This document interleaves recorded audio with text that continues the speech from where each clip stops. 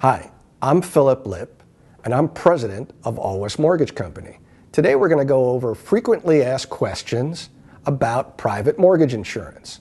First of all, why do we have private mortgage insurance?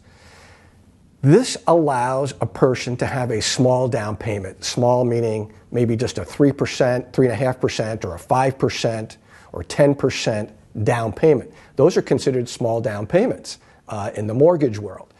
And mortgage insurance insures the lender in this particular case because of your small down payment and because of the risk that is involved in making those loans. They're riskier than if you have a big down payment.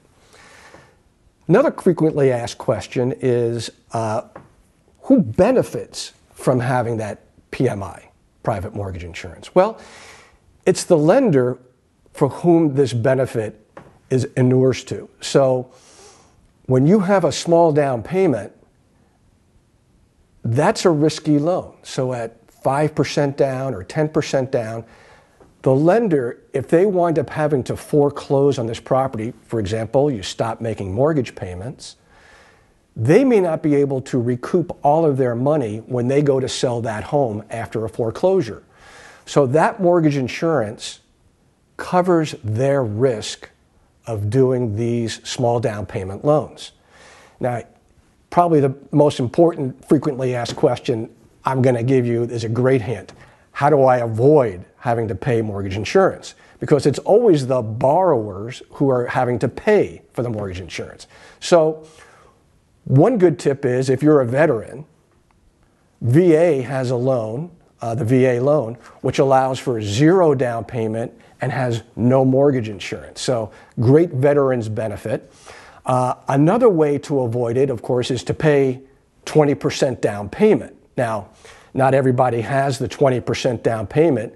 Maybe you can get some of it as a gift from family. That would be okay as well.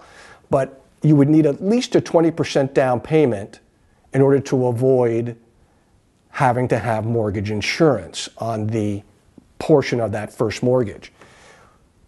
One way around that, and this is the exception to that rule, is let's say, for example, you only have a 10% down payment. Now, if our loan is going to be 90%, the rest of that purchase, there would be mortgage insurance.